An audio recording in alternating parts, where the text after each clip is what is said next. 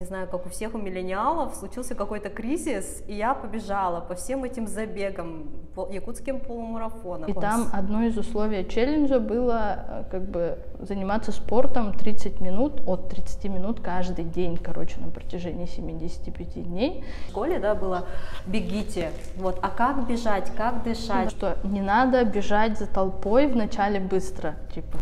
Привет всем, меня зовут Настя, и сегодня я рада вас приветствовать на подкасте «Душевно», где мы просто говорим о важных. И сейчас я хочу рассказать вам про беговые истории, и в качестве первого гостя я пригласила девушку, очень интересную личность, это Таню. Поприветствуйте Таню. Вот Таня меня очень сильно вдохновляет своим блогом, где она делится частью своих беговых тренировок, также она рассказывает о книгах.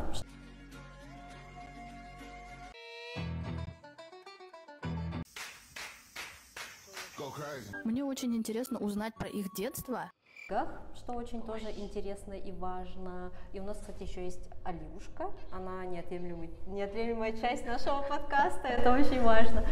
Вот. И также я хочу сказать, что я очень вдохновилась Таней в период, наверное, в сентябре, да, в октябре на тебя подписалась, где я видела, что ты вставала в 6 утра и бегала, да, в Якутске. Ну вот я с сентября. Да, и вот я подписалась, и сегодня мы как-то так развиртуалились, получается, да. Таня, расскажи, пожалуйста, как ты начала бегать, и вообще, как началась твоя беговая история, и была ли ты в спортивной школе? Я вообще начала бегать недавно, с апреля этого года, то есть весной всего лишь, это даже года нет. И я до этого вообще не бегала, вообще никогда. У меня вот в школе были, например, лыжня, там легкая атлетика, какая-то прыжки. Потом я плавала, играла в баскетбол, там качалась, кроссфит, все такое, но бегать никогда. Я не представляла вообще то, что я могу бегать. Вот, например, на физре или на физре в университете я бежала и типа минуту и думала, нет, все, хватит. Потом весной этого года у меня на странице был челлендж, назывался 75 тяжелых дней. И Класс. Там одно из условий челленджа было как бы заниматься спортом 30 минут, от 30 минут каждый день, короче, на протяжении 75 дней. Я поняла, что бегать будет не слишком энергозатратно. И я побежала вот в апреле в конце. Я помню, первые свои 4 километра я побежала в парк из дома и чуть не померла, короче, по пути. У всех была такая история, да, когда первая пробежка. Да. Ну вот, кстати, про лыжню тоже что-то интересно, потому что я тоже изначально всегда была спортивной, и в школе, например, я занималась тоже лыжней, и папа меня поставил где-то в 5 лет, в 4-5 на лыжню, и я вот прям с детства занималась. Вот, и у меня, наверное, вот все-таки какая-то тоже есть физическая подготовка и, наверное, какие-то данные, потому что я очень люблю бегать. Но мне тоже бег все равно почему-то в школе давался очень тяжело. В школе я бег ненавидела, потому что нам говорили, как у всех, наверное, в школе, да, было «бегите». Вот, а как бежать, как дышать, Да, какие-то там подводящие упражнения, никто об этом вообще ничего не говорил, просто бежишь. А если ты отстаешь, тебя еще подгоняли. Вот, и, бег мне вообще удовольствия не приносил в школе, и я такая думаю, и в универе, кстати, тоже, в универе, кстати, меня никто не тормошил. В универе у меня была 2-я группа здоровья, у меня как бы астму мне тогда ставили, но я почему-то все равно как бы бегала. И когда все девочки прятались под стадионом, короче, там можно было бежать, типа прятаться под стадионом, под манежем, и я бежала все равно, и учитель физкультуры говорила: вон даже Настя, там, Федорова, он астматик, короче, бегает, да, а вы, типа, там, где-то прячетесь, вот, и девочки меня там ненавидели, такие, типа, Настя, что ты, типа, не сидишь, типа, на своей трибуне, короче, а я бегала с целью похудеть, короче, я вот всегда, сколько себя помню, в детстве я всегда была, не сказать, что была, полненькой, наверное, так можно сказать, и я всегда хотела похудеть, мне всегда казалось, что я вот такая крупненькая. Вот, и я думала, вот если я буду бегать много, то я точно похудею, да. Спойлер, наверное, это не так, да. Нужно было подкорректировать все-таки свое питание, там, Да. Вообще, может быть, у меня в тот период, в 13 лет, все-таки гормоны как-то подскочили, и вот весь свой подростковый период я была вот такой полненькой, и я бегала, вот, чтобы как-то сбросить вес. Вот, но как-то мне это не удавалось, и потом в какой-то период к студенчеству я уже как-то стала вот более уже спортивную форму как-то обретать. Но мне кажется, тут еще и танцы повлияли, не только вот бег, потому что бег у меня тоже период был, я забрасывала, мне это как-то не приносило тоже много удовольствия. Вот. И в 30 лет у меня, не знаю, как у всех у миллениалов, случился какой-то кризис, и я побежала по всем этим забегам, по якутским полумарафонам, марафонам Олонхо. И вот я подумала, вот, короче, надо бегать, мне это приносит удовольствие, и вот какое-то дыхание открылось. Это вот буквально недавно, где-то года 2 назад. Вот. Еще скажу. Я до этого вот с весны бегала сама, то есть сперва просто бегала, потом я обратилась к чату GPT, наверное, тоже у всех такая история есть. У тебя такая осознанность вообще, прям осознанность. И потом я с сентября, вот с начала прям сентября, то есть сейчас сентябрь-октябрь, я 3-й месяц хожу к тренеру, короче, по бегу своему, и там прям такой комплексный подход. Вообще все сферы типа надо менять, что-то улучшать, чтобы бежать, в общем. Он даже мой режим дня поменял. Да, это здорово, что у тебя появился тренер. А вообще как часто ты тренируешься вот в неделю? Сейчас.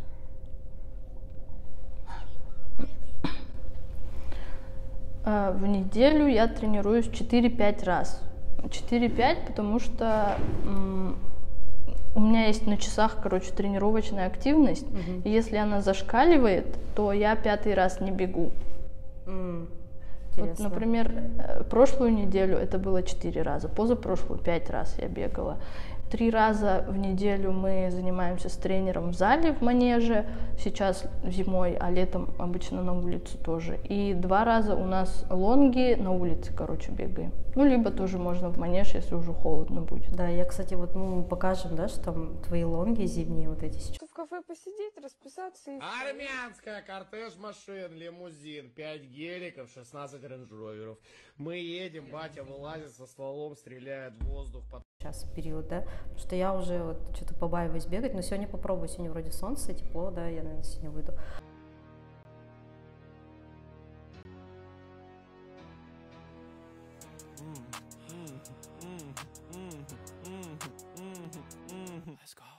Шоу-герл в этом клубе просит снять очки. Ночные бабочки на блоке знают, что я псих. Go hard, quick fuck, маме замолчи. Это Камасутра флоу, я их научил. Young rich, young hustle, secret victory. Вот, и первое впечатление после первого забега. Вообще был первый забег у тебя официальный? Да, один-единственный у меня был марафон Олонхо, я бежала 8 километров. И это было... Я готовилась все лето, на самом деле, все лето, 4 дня я бегала вообще так, как удлиняла свою дистанцию неделю за неделей, да. А потом осталось 2 недели, и мы попали с мелкой в инфекционку. Ладно, мы просто заболели, дома сидели, да, это без проблем, а мы в больнице прям лежали. Лежали 10 дней, я выхожу в понедельник, в воскресенье старт уже, и я понимаю, что я уже ничего, короче, не смогу, и моя физическая вот эта подготовка вся уже потерялась, и я подумала, ладно, хоть добежать. Типа как-нибудь. Ну, да, как бы все равно слот куплен, да, и, ну и плюс первый забег, как бы, и 8 километров же было, да? Да, здорово. А так вообще как пробежала, вот ты вот побежала, ты почувствовала эту атмосферу бегового праздника? У меня было в голове то, что не надо бежать за толпой вначале быстро, типа. Да, точно, да. Да, и я прям держала эту мысль в голове, и вроде как с этим справилась. И мы сперва же бежали 4 и 8 километров, стартовали одновременно. Сперва очень много людей было. Потом вот этот один круг прошел, нас уже стало меньше, и стало получше, потому что когда мы бежали все, там кто-то обгоняет, кто-то вот впереди. Есть я такое, да, первые 2 километра бежала вот так вот, обгоняя людей, короче. Но было классно, вот этот вот адреналин какой-то, что ли, из-за толпы. Все болельщики стоят, мои тоже пришли, короче, там.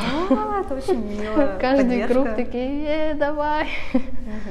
Вот. И я добежала, не дошла, на шаг не переходила. Дыхание, конечно, у меня вообще чуть не... Пульс, я смотрела на часах, у меня максимум был 196. Ну, Типа постаралась, реально да, чуть не добежать? померла, но добежала, было круто. Ты Классно молодец. было. Прям. Ну вот мне кажется, что мы бегаем ради вот этой атмосферы праздника, потому что я не знаю, какой у меня уже забег, вот я их не считаю, но я вот всегда, вот особенно я люблю якутский полумарафон, наш в Якутске, который проводится с 2016 года, потому что я туда приходишь, это у нас старт где-то в 11-12, и там такая музыка, очень много людей, это ночной город, и там всегда такая хорошая Это лето. организация.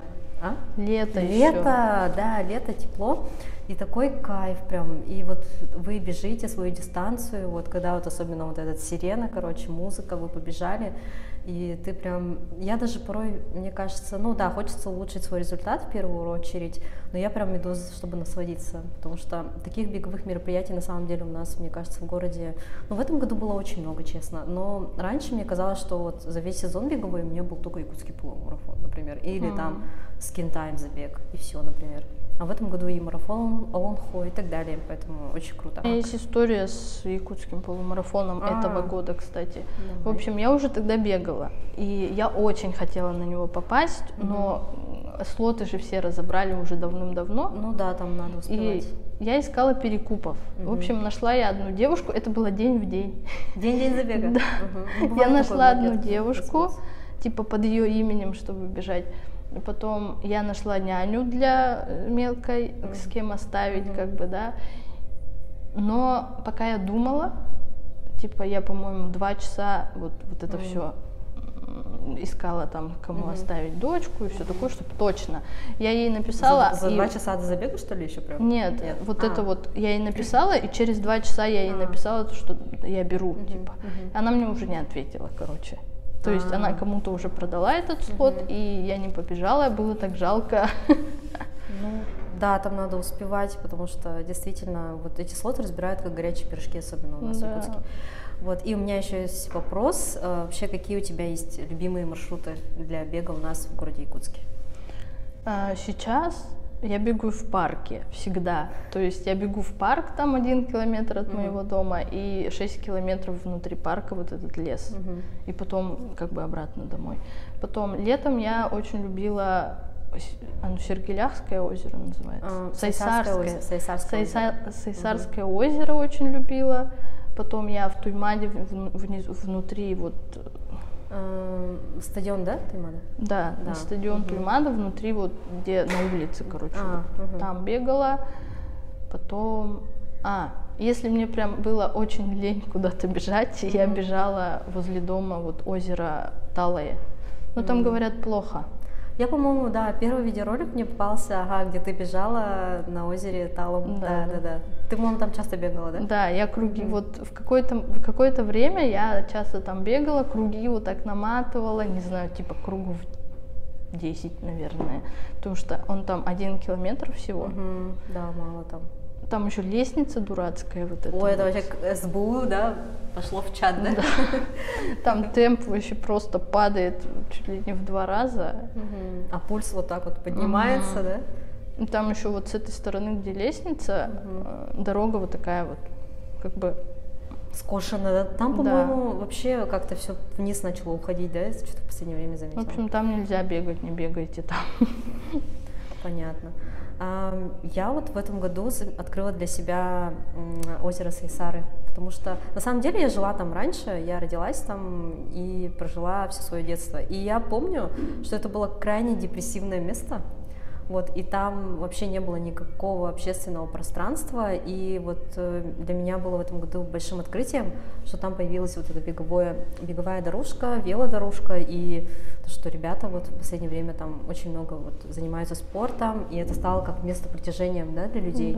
Потому что раньше, я помню, это было прям очень депрессивно, и там соответствующие лица были, а сейчас мамочки с колясками, бегуны, велосипедисты, там пожилые люди, поэтому очень, побольше надо нам таких мест для пробежек в Якутске. А так я сама бегаю вот здесь вот на набережной у нас, на Зеленом лугу, потому что я тоже рядом живу, мне чисто дорогу перейти и побежать.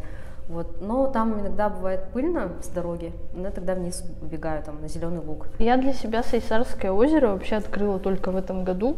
Я до этого, то есть там никогда не была, ну, по студенчеству, может, проходила мимо и все.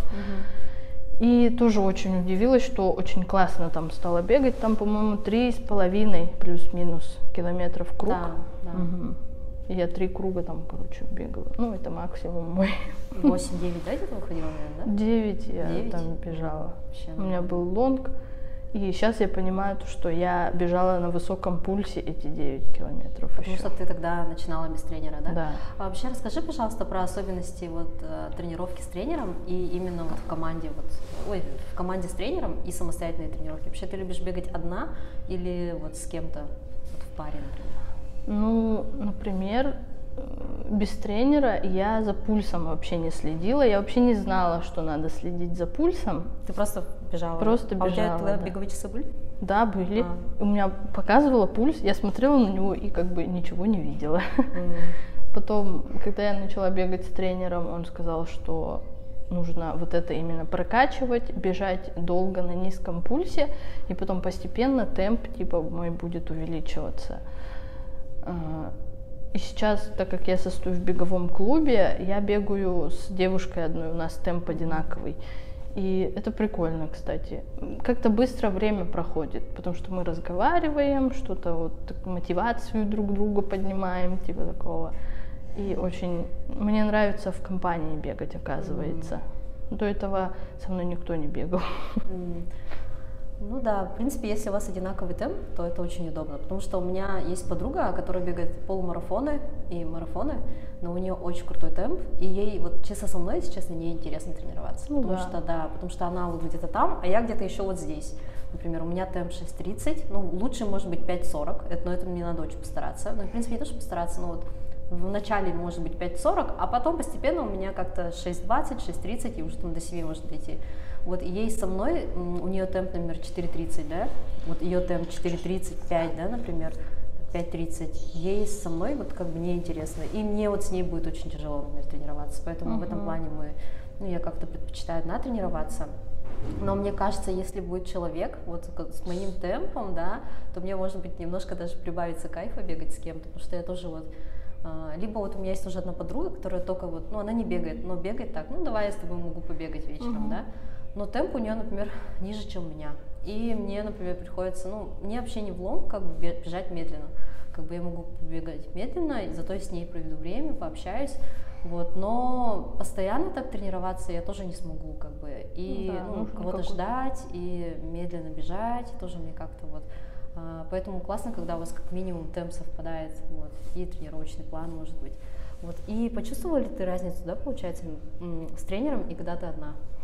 Да, потому что тренер, вот как я вначале говорила, начинает прокачивать вообще все, короче, сферы Пишет жизни. тебе план, наверное. Да, план на неделю отправляет каждую неделю, потом говорит, придерживайся питания, там, не пей кофе, типа, даже так? Почему не пей ложись кофе? рано спать. Ну, из-за того, что у нас тренировки в 5:30, мы начинаем уже кросс, то есть я выезжаю из дома в 5:10. Выхожу в 5, потому что мне надо Наташу разнаташить. И, соответственно, я ложусь в 9. И это уже наш нормальный режим дня. Это очень клево, потому что все-таки бег это еще и про дисциплину твою, да, какую-то внутреннюю. Это тебя жестко так стимулирует рано ложиться, рано вставать, питаться, да, как-то соответствующе. Вот расскажи, пожалуйста, как ты питаешься? У тебя есть там, например, на завтрак я ем, например, только чисто яйца, например, да, на обед там супчик, там, на ужин, например, там что легкий там творог, там, не знаю, со сметанкой или там салатик. Вообще, как у тебя с едой, с питанием? Есть вообще такой план питания? Нужно, короче, подтянуть питание, потому что я знаю, да, у меня есть лишний вес. Мне бы килограмм 10 скинуть, это было бы вообще идеально. Я просто давно очень худая была. Всегда, всю жизнь. Ну, не надо забывать, что, во-первых, Таня мама 2 детей, да, вот. Это, да, и поэтому, и ты недавно начала бегать в этом году, да, усиленно тренируешься, и мне кажется, ну, у тебя все будет вообще хорошо в этом плане, с твоей вот этой самодисциплиной, с твоим желанием, да, прийти к чему-то, почему нет? В общем, да, но тем не менее нужно скинуть 10 килограмм, и это, наверное, больше, не знаю, 70%, может даже больше, из-за питания чисто зависит. Потому что чисто физическими нагрузками не вывезешь, вроде как. И у меня есть, в общем, такая штука только с завтраками. То есть я ем постоянно одно и то же, только на завтрак. Обязательно пью 2 стакана воды сразу же после пробуждения. Первый теплый, второй, короче, комнатная температура. Вот так вот у меня. И ем 2 яйца вкрутую, 2 хлебушка мультисид с сыром сверху, который в микроволновке, короче. И все. Вот это вот мой завтрак. И потом ты сразу идешь на тренировку, да, получается? А, нет. Это если ты без тренировки, Это если я без тренировки, а если с тренировкой пью 1 стакан теплой воды, ем банан. Потом наливаю себе в шейкер, ну, в бутылку БЦА, и как бы иду тренироваться. И потом после тренировки прихожу и вот это вот ем. То есть 2 яйца, хлебушек. Второй завтрак, как бы, да, у тебя будет основной завтрак, да? Ну, типа основной завтрак, а утром как перекус получается, наверное, вот банан. Да. Я вот, например, вообще не могу бегать на голодный желудок. Я вот заметила, я даже если вечерняя, мне надо поесть там, ну, за часик, там, что-нибудь хорошо так поесть. Я вот голодная не бегу. И мне вот утренние тренировки, мне кажется, очень тяжело будет. Я на одном банане не стартану, мне кажется, на одном банане. Ну, чтобы хорошо поесть перед тренировкой, которая в 5:30 будет, нужно проснуться в 3:30. Типа такого. Так что я вообще не встану. Бежать с бананом. Да, лучше, чем вообще без ничего, да? Да. Согласись. БАДы ты пьешь? Витамины БАДы? Сейчас нет, потому что я кормлю еще. Ну да. ГВ как бы, да? Да, но собираюсь, сейчас я в ближайшем будущем, в ближайший месяц я точно, короче, мы бросаем, и я там собираюсь уже начать всякие комплексы витаминов, которые нужны. Принимать. Я, например, сейчас принимаю, вот если по своим витаминам, омега-3 у меня обязательно, витамин В, да, витамин С, если я вот чувствую, что какой-то такой период ОРВИ у меня есть, да, витамин D, и все получается. Я еще хочу магний включить, но пока не включила, короче. Но надо для нервов. Так, ну что, и вот как ты справляешься с усталостью и травмами? Вот интересный вопрос. Обычно я сплю, то есть я понимаю, что я устала, то, что мне нужно поспать прям хорошо, часов 8 минимум, наверное. А так, в общем, нет, никак. Если у меня болят ноги, то я мажу мазь. Какие мази? Тренер, опять же, посоветовал тайскую мазь такую, она в зеленой баночке. Короче, говорит, что очень хорошо. Разогревает, наверное, и тем самым она снимает. Наоборот холодок какой-то дает, да. И да, помогает, мне кажется. Но я не люблю ничего такого вот. Как бы мне кажется, что оно должно проходить само. Ну да, то есть организм человека, мне кажется, он способен на восстановление, да, сам, как бы, сам саморегенерируется у нас, да? Да. Как-то. Вот, и давай перейдем к вопросу. Вообще планируешь ли ты в последующем когда-нибудь пробежать марафон 42,5? Точно, да. И где, например, в новой стране, в новом городе? Ну, это будет зависеть от... Пока я не могу, например, часто ездить, потому что у меня маленькие дети. Но, конечно, хочется. Потому что я, например, тоже очень хочу, мне нравится беговой туризм. Вообще, вот я заметила, в последнее время люди бегают, связывают вообще бег с туризмом, открывают для себя новые страны. Потому что когда ты бежишь, ты открываешь для себя вот какие-то новые места красивые, новые города. Вот сейчас очень много знакомых, кто ездил на казанский полумарафон, московский, питерский белые ночи. И я вот тоже хочу как-то для себя, хотя бы пусть пока сейчас российские, вот Казань, Москва, там Питер. Вот уже есть вот это вот БРИКС. Медаль Лиги БРИКС. То есть это дается тем, кто пробежал марафоны, вот казанские, белые ночи и московский марафон. И не просто пробежал, а вложился в какой-то там период времени. Там, по-моему, надо пробежать там, в лимит в 4 часа, по-моему, вложился. Не более 4 часов, по-моему. Да, и именно марафон. 42,5, да, получается. Да. Ну это что для меня это что-то пока что на нереальном. Но... Типа за год пробежать 3 марафона с хорошим временем в разных городах, это что-то на нереальном пока.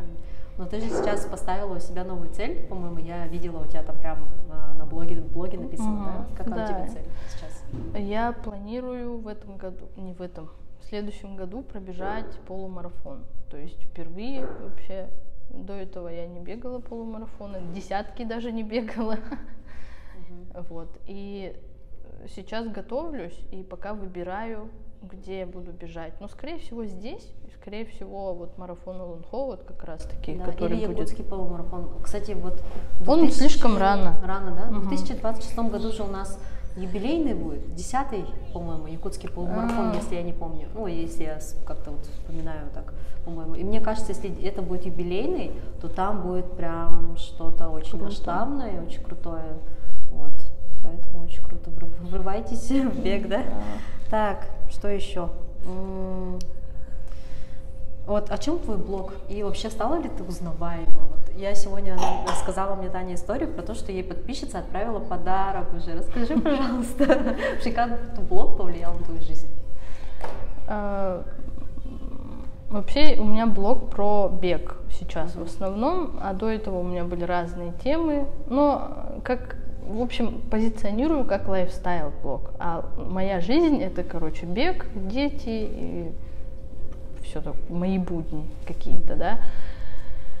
И когда я пришла в беговой клуб, я уже тогда начала про бег контент пилить, и мне несколько человек сказали, я тебя видела, короче. Вау. И я такая, о, как круто! И это были незнакомые люди или это? Это были незнакомые, вообще, которых я никогда как бы в жизни не видела. Вот люди с бегового клуба, они мне говорили, я тебя видела в Инстаграме. Потом, по-моему, кто-то сказал, что мой рилс видела, пришла, типа, в беговой клуб. Потом... То есть уже люди тянутся через твой блог к бегу, да, получается? Да. Потом про книжки, кстати, я еще снимаю, состою в книжном клубе, и там тоже очень много спрашивают про книжный клуб именно вот из-за моих видео, потому что у меня там обзоры книг и все такое. В Якутске у нас, по-моему, нет таких людей, да, кто обзоры книг делает, да, ну вот именно вот в Инстаграме, мне только ты попадаешься. Вот с обзорами на книги. Ну, вообще странно, потому что, мне кажется, могут многие. Да, ну и многие читают на самом деле, да, но просто я, например, вот тоже много читаю, но я прям стесняюсь. Мне кажется, я забуду слова. Дело в этом. Да, я, например, очень люблю писать, но не могу начать говорить. Вот у меня такое есть. Я больше сценарист, больше, не знаю, наверное, журналист. Я могу писать очень много интересных, там, не знаю, статей, но вот, как сказать, как корреспондент, как блогер, как инфлюенсер, мне это очень сложно дается. Вот. Да, и... Как бороть вот стеснение? Просто начать, может быть, или как? Да, нужно просто начать реально. Никого не ждать, ничего не ждать какого-то подходящего момента, не ждать, когда тебе придут там петлички или штатив из ВБ, типа такого. Короче, просто начать. И первое время, когда я снимала вот про книги, я думала, что я дилетант вообще. Я читать сравнительно тоже недавно начала, года 3, наверное, назад, потому что до этого вообще я не читала. И у меня вообще объем прочитанных книг маленький. И я думала, то, что почему я могу говорить вообще про книги? Человек, который не очень как бы много в жизни читает, а потом подумала реально, а почему нет? Это как бы только мой выбор. Будут смотреть люди, пусть смотрят. Не будут, пусть не смотрят. Типа и все. Такие. А вообще в твоей жизни появилась, вот я, кстати, видела, эту книгу принесла, да, где-то. Вообще в жизни твоей появилась какая-то книга, которая тебя как-то поменяла? Вот мировоззрение как-то, или книга, после которой ты стала другой? Вообще, появилась такая книга в твоей жизни еще? Нет, наверное, нет. Я читаю больше художественную литературу, какой-то фэнтези, например. Я люблю вот братьев Стругацких очень сильно. Потом я люблю детективы, Агату Кристи, какие еще детективы, ну, Артура Конан Дойля читаю сейчас прямо. То есть более такие зарубежные, да, получается, да. авторы? Ну, я беру что-то себе из книг, например, даже если по саморазвитию что-то читаю, да, но чтобы прям поменяла меня книга, нет, такого не было. Такой книги еще не встретилась, да? Да. Ну, я тоже очень много читаю, вообще это моя, наверное, даже работа читать книги, да, потому что я филолог по образованию, по первому образованию, ну, вот, у меня иностранные языки, литература.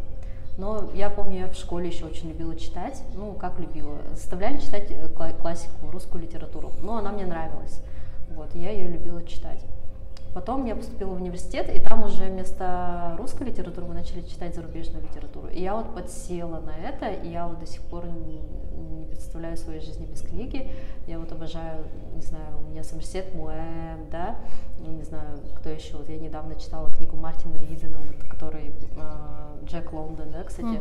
Эта книга, вот, ну я не скажу, что она поменяла меня, но я нашла в этом герое, наверное, что-то свое родное, потому что человек, который из низов поднялся сам благодаря своему труду, уму и, наверное, благодаря той женщине, которую он полюбил. Да, он полюбил, он встретил женщину, и ради нее он вот пытался как-то, чтобы достигнуть высоты ее, ну, то есть она была, получается, из верхней прослойки общества, он был из ну, обычный простой рабочий, вот, и он был очень неотесанный, глуп и так далее, но она что-то в нем нашла, вот, и благодаря своему саморазвитию, благодаря своему труду, благодаря вот штудированию книг, он пытался как-то достигнуть ее, быть достойным ее, да, он говорит, я стану писателем, да, мои книги будут продаваться, покупаться, вот, и он действительно стал им, и он добился руки этой женщины, да, но эта женщина уже перестала для него быть интересна, то есть он уже понял, что он ее очень сильно идеализировал, вот, и достигнув вот этой высоты, уже он понял, что эта женщина смотрит только на внешние, ну, на внешние какие-то эти, да, типа там как власть, деньги, там, ее родные приняли его только тогда, когда он стал более знаменитым, а до этого они не хотели его видеть рядом с ней, например. И он понял, что его не любят, потому что просто он есть, а его любят просто потому, что он таким стал. Вот, и он как бы, он потом не смог жить в этом мире, и он потом покончил свою жизнь самоубийством, короче. Ой. Вот так. Ну, ой, что-то спойлер такой вообще. Вот, и давай, у тебя есть какие-то, вот расскажи, пожалуйста, про вдохновляющие личности в мире бега. Вообще есть такие личности какие-то у тебя, вот, кто тебя мотивирует, вдохновляет? Вообще, женщины, которые пробегают, наверное, большие какие-то дистанции, потому что, ну, все равно у женщины физиология как-то не как у мужчин сформирована. Мы вот рожаем, потом восстанавливаемся после этого, вот эти, опять же, месячные каждый месяц. И вот это все преодолев, когда пробегают, ну вот что-то нереальное, когда делают, это вообще круто. Вот любая женщина. Да, какие-то ультрамарафоны, 100 километров вот бегут же тоже. Это очень круто. Суточные вот эти пробегают, да, вот недавно у нас на марафоне Олонхо, да, две девушки-любительницы, да, Татьяна Артемьева, да, и Сарглана, вот я уже не помню фамилию, они пробежали вот, просто девушки, которые вот любители, они просто вышли, ну, они очень долго готовились, и пробежали в этом году, стали мастерами международного класса, да, спорта по легкой атлетике по бегу на 100 километров. И бежали они где-то 5-6 часов, получается. Да. И для меня это тоже вот такой большой пример, как люди, ну, девушки, вот просто вот вчера они просто жили, работали, а сегодня они взяли там, ну, они даже, может быть, сами не планировали, просто начали бегать, и потом это что-то переросло в такое большое, да. У нас рубрика «Поясни за беговой шмот». И, Таня, расскажи, пожалуйста, какие у тебя кроссовки беговые есть? Вот, покажи, пожалуйста, что у тебя есть. Что ты принесла? Так не надо мне делать. В общем, у меня кроссовки BMI Pace 5, по-моему. Это мои первые вообще беговые кроссовки. До этого я бегала в дефолтных, короче, вообще прям паль конкретно бывает же, которые я купила их типа за 1700 где-то там в каком-то первом попавшемся все мы магазине. Так начинали. Я вообще бегала в Динамо, вот в питерских кроссовках, таких жестких, дубовых. У меня потом колени болели от них. Я их купила вообще в июле этого года только, и то мне подарили их на день рождения. Как бы деньги подарили на день рождения, и я заказала, короче, кроссовки себе, потому что это была прям первостепенная Сколько цель. они стоили? А я заказала их стало за 300. Вообще нормально.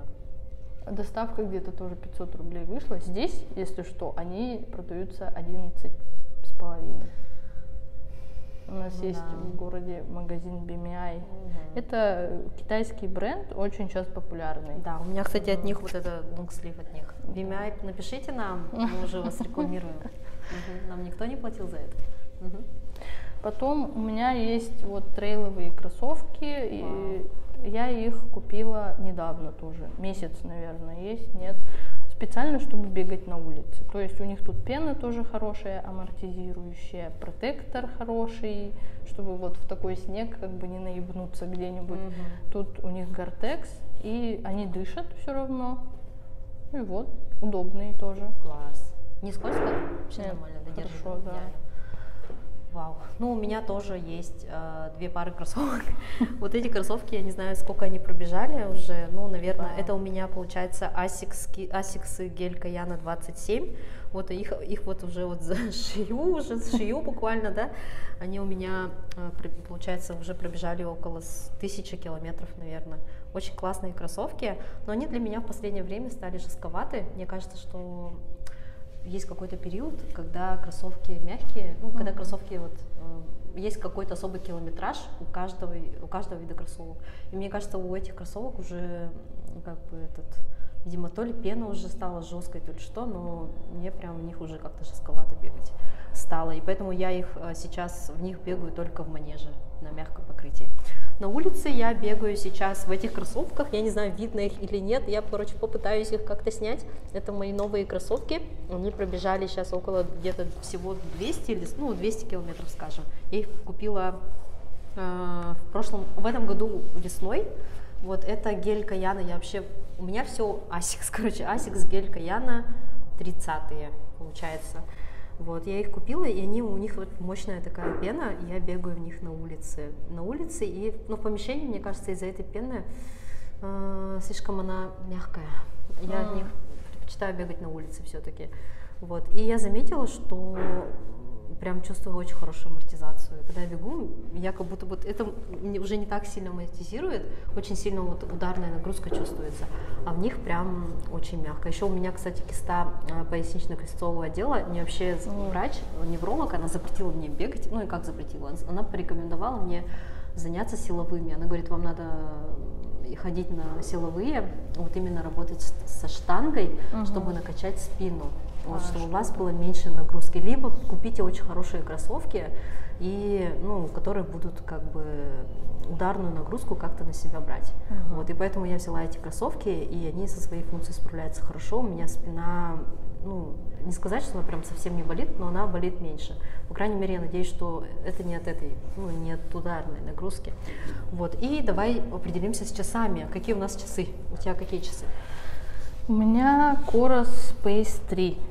То есть у Coros есть еще Pace Pro, они получше, по-моему. Сейчас вот на днях вообще Pace 4 вышли, но там даже характеристик, кстати, кажется, нет. Вот буквально вчера, наверное, отправляли то, что вышли. Я выбирала очень долго, смотрела на Гармины, на какие-то, на 965-е я, конечно, не смотрела. Гармины очень, да, такие дорогие. На 500 какие-то, но, в общем, я выбрала Коросы. Я, кстати, должна снять про них. У меня есть к ним вопросы. 2. Один уже отпал, второй до сих пор есть. Ну, классно то, что ты уже как бы видишь, ты вот на часы смотришь, уже можешь как-то понять, да, какие вопросы у тебя сформировались к ним вообще, какие плюсы и минусы у них есть. У меня вот как раз-таки 935-е Гармины, вот мне их подарил муж, сколько лет назад, наверное, в 21 или 20 году, я уже не помню. Я тогда увлеклась велосипедом и еще походами. Мне было интересно смотреть, сколько я прошла километров, и вот смотреть свои шаги. Вот, и муж поддержал меня, и я вообще не планировала их покупать, мне всегда казалось, это дорого, часы за 35 000, извините, это мне не по карману, да, ну, как бы не готова взять так и выложить. Но благодаря мужу, вот муж мне как-то их подарил, и я в них сейчас вот активно бегаю, и мне все нравится. Мне все нравится, только единственное, вот у него нет бег в помещении, либо есть, я не разобрала. В общем, без GPS не бегает. Без GPS можно бегать, там есть беговая дорожка. Вот, километраж считывает? Считывает, да, там все есть. Там, но я еще в них плаваю, кстати. Я вот в бассейн, когда хожу, я люблю тоже их включить. Вот, но да, вот у меня есть вопрос именно к бегу в помещении. Вот тут постоянно надо GPS ловить, короче. А если в помещении, то я включаю беговая дорожка. Эти вообще не ловят в помещении на бег. То есть даже если беговую дорожку включить, они, я заметила, на сколько? На 600 метров, короче, вперед показывают. На 600 метров вперед показывают. Нет, у этого, в принципе, у гарминов все точно. Вот, у гармины вот именно как бы... У коросов есть специальный такой на кроссовок, либо на пояс под 2 называется. И вот это как раз-таки бег в помещении. То есть это какой-то переносной GPS, что ли, в помещении, чтобы бегать. Это надо отдельно покупать, да, получается?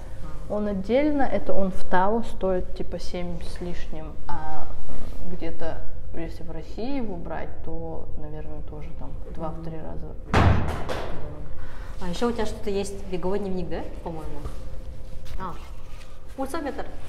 Да, у меня еще есть пульсометр, и с ним удобно, кстати. А ты его куда крепишь? На руку сюда, да? На руку. А есть еще же грудные, да, такие? Да, у гарминов есть, как они называются? Грудной пульсометр. Да. Ну, да.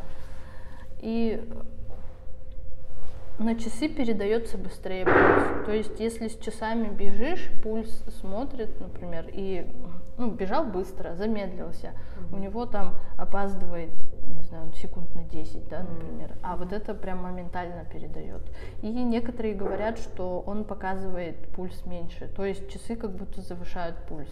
Ну, возможно, кстати, есть такое. А здесь прям точно показывает, да, получается?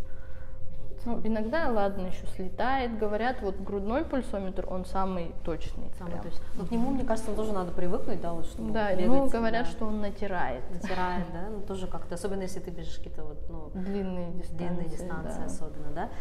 Так, и что еще у нас осталось из вопросов? Да, дневник, беговой дневник. Вот.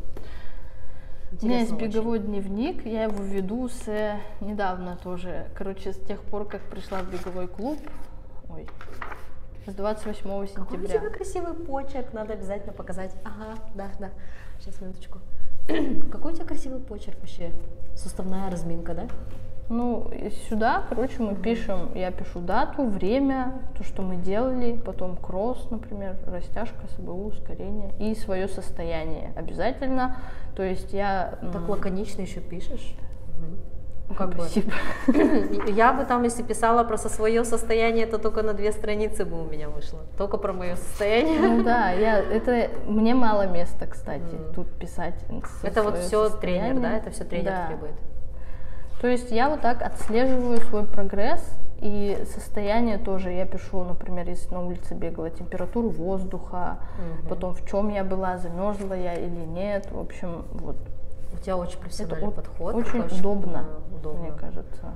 Кстати, недавно первый раз фортлек бежала, вообще узнала, что такое фортлек. Прикольно. Как впечатление? Пока такой он легенький, но хорошо.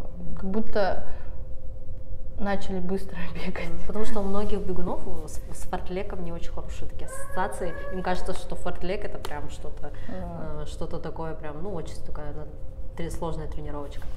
Так, ну что, спасибо большое, Тане, за то, что ты пришла, согласилась на эту авантюру, маленькой Алюшке за то, что терпела весь этот час. Вот, в общем, надеемся, что мы еще запишем интервью с гостями, да, вот у нас будет как-то наша беговая история как-то развиваться. Вот я желаю тебе успехов, Таня, в твоей беговой теме, чтобы у тебя блог все больше как бы было много подписчиков, вот, чтобы ты, как бы сказать, получала удовольствие от бега, у тебя объемы улучшались, в общем, вот. Я желаю тебе успехов. И, дорогие друзья, если у вас есть вопросы к Тане, ко мне, к нам, то или пожелания, или что, пожалуйста, пишите внизу в комментариях. Мы будем все читать и отвечать по возможности. Вот, спасибо всем большое. Всем пока. Пока. Привет всем. Привет. Поближе друг к другу. Поближе друг к другу.